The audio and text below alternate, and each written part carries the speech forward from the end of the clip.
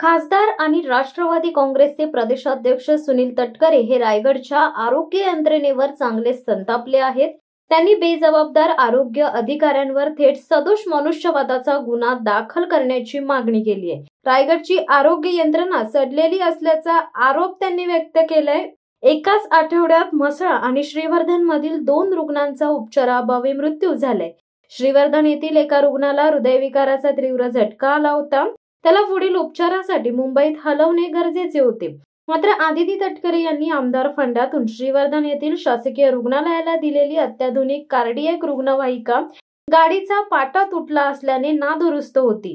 वेळेत दुसरी कार्डियक रुग्णवाहिका उपलब्ध होऊ न शकल्याने त्या रुग्णाचा उपचाराअभावी मृत्यू झालाय।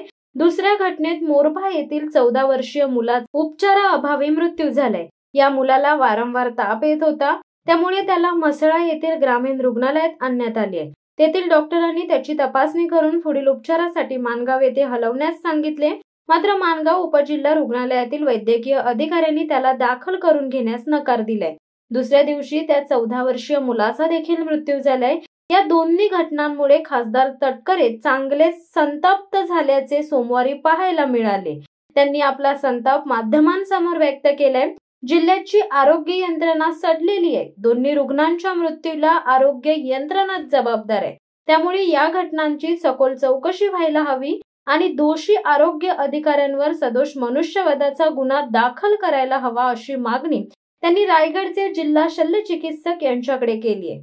कोविड काळानंतर आरोग्य व्यवस्थेची गरज लक्षात घेऊन श्रीवर्धन मधील रुग्णालयाला नामदार आदिती तटकरे यांनी आपल्या आमदार निधीतून सुसज्ज कार्डियक रुग्णवाहिका उपलब्ध करून दिली आहे। या रुग्णवाहिका सुस्थितीत ठेवण्याची जबाबदारी आरोग्य यंत्रणेची आहे, पण त्यांची देखभाल दुरुस्ती होत नसेल तर आरोग्य यंत्रणा बेजबाबदार आहेत।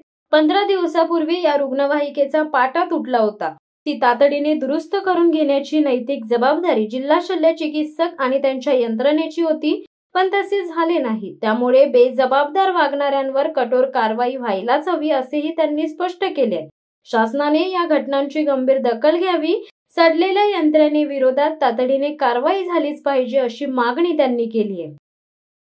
अतिशय उत्तम पद्धतीची सुसज्ज कार्डियक ॲम्ब्युलन्स श्रीवर्धनला आमदार आदिती, मी आमदार अनिकेत आमच्या वेगवेगळ्या निधीतून आम्ही त्या ठिकाणी उपलब्ध करून दिली। माहिती घेतली असताना 15 दिवसापूर्वी कार्डियक ॲम्ब्युलन्सचा पाटा तुटला आणि आज का काल एका अशाच हृदयविकाराचा झटका आलेल्या पेशंटला कार्डियक ॲम्ब्युलन्स न मिळाल्यामुळे त्याचा दुर्दैवी मृत्यू झाला। बाब अत्यंत प्रचंड गंभीर आहे। कार्डियक ॲम्ब्युलन्सचे पाटे दुरुस्त करायला, पाटे नव्याने बसवायला जिल्ह्याच्या शल्यचिकित्सकांची नैतिक जबाबदारी त्या ठिकाणी आहे। अशा या जबाबदारीहीन वागणाऱ्या अधिकाऱ्यांच्या वरती कठोर कारवाई झालीच पाहिजे असं माझं स्पष्टपणाचं मत आहे। दुसरी घटना दुर्दैवाने घडली। एक 14 वर्षाचा युवक, त्याला ताप आला। म्हसळ्याच्या वैद्यकीय अधिकाऱ्यांनी, ग्रामीण रुग्णालयाच्या अधिकाऱ्यांनी त्याला माणगावला पाठवला। माणगावच्या उपजिल्हा रुग्णालयामध्ये सुद्धा अद्ययावत पद्धतीची सगळी साधन सामुग्री नामदार आदितीने उपलब्ध केले।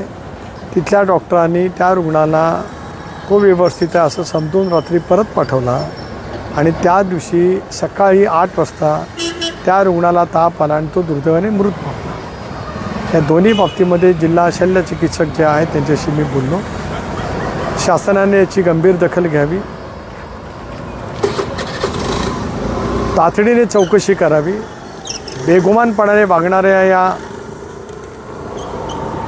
आरोग्य अधिकाऱ्यांच्या वरती कडक कारवाई करावी। पुढे जाऊन सांगेन की हे दोन्ही जे मृत्यू झालेत ते हलगर्जीपणा झाल्या असल्यामुळेच सदोष मनुष्यवधाचा गुन्हासुद्धा सरकारने तातडीने करण्याच्या बाबतीमध्ये, दाखल करण्याच्या बाबतीमध्ये गंभीरपणाने पावले उचलावीत असा या विभागाचा लोकसभा सदस्य गेले 40 वर्ष सार्वजनिक जीवनामध्ये वावरत असताना कधी कोणा अधिकाऱ्यांच्या विरुद्ध मी तक्रार केली नाही। पण याचा अर्थ बेगुमानपणाने वागणारे आरोग्य अधिकारी असतील तर या सडलेल्या यंत्रणेच्या विरोधामध्ये तातडीने कारवाई झाली पाहिजे अशी माझी मागणी आहे। शिवसत्ता टाइम्स न्यूज ब्युरो, रायगड। धडक बेधडक वृत्त देणाऱ्या आपल्या शिवसत्ता टाइम्स न्यूज चॅनलला लाल बटन दाबून सबस्क्राईब करा आणि बेल आयकॉनला क्लिक करायला विसरू नका.